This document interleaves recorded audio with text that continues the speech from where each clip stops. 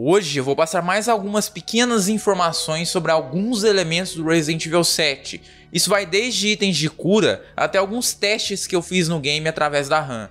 Só para deixar claro, eu já fiz o script de noclip para poder sair para fora dos mapas e explorar as redondezas.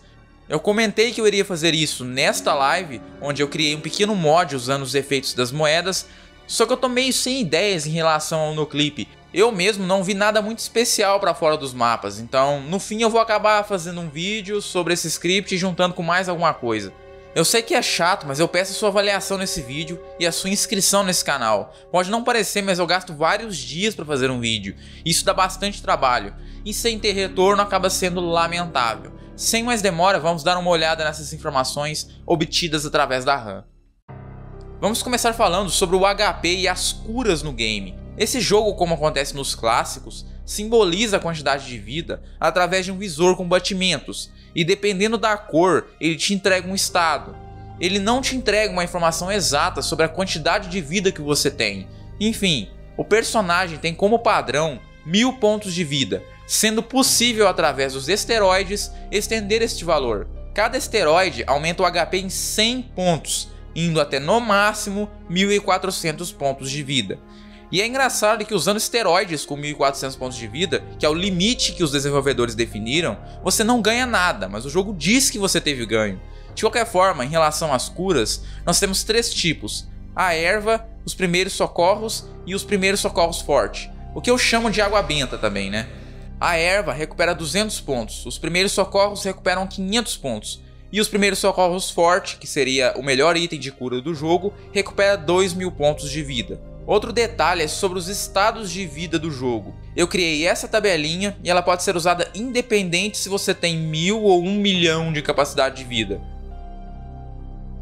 Agora vamos dar uma olhada na defesa do jogo. Olha só que interessante. Você sabe qual que é a redução de dano ao defender os ataques dos inimigos? E eu te digo, reduz em até 75% dos danos. Isso é muita coisa. Claro, isso se você defender os golpes. E aí que entra os segredos da defesa e a essência da defesa.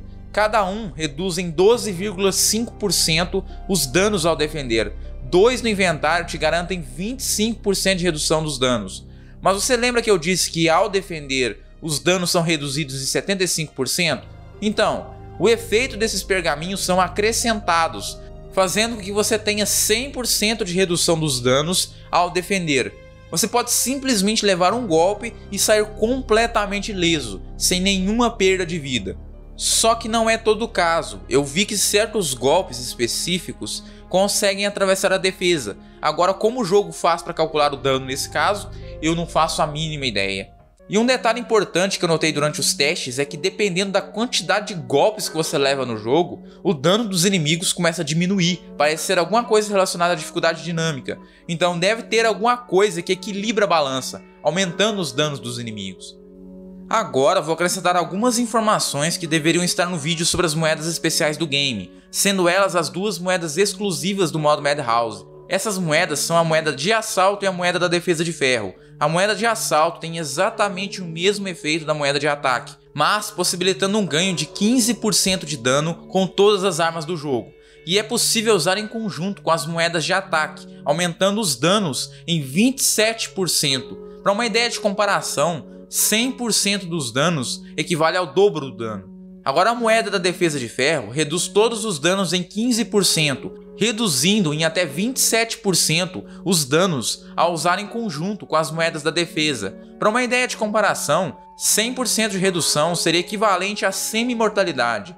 No caso, ainda existem certas coisas que ainda conseguem matar o personagem no game, mas enfim. Antes de finalizar o vídeo, eu vou comentar sobre as botas de caminhada. Elas aumentam em 30% a velocidade de caminhada. 100% seria equivalente ao dobro da velocidade de caminhada. Essas botas só funcionam se você estiver andando. Só que existe um endereço ao lado que altera justamente a velocidade de corrida.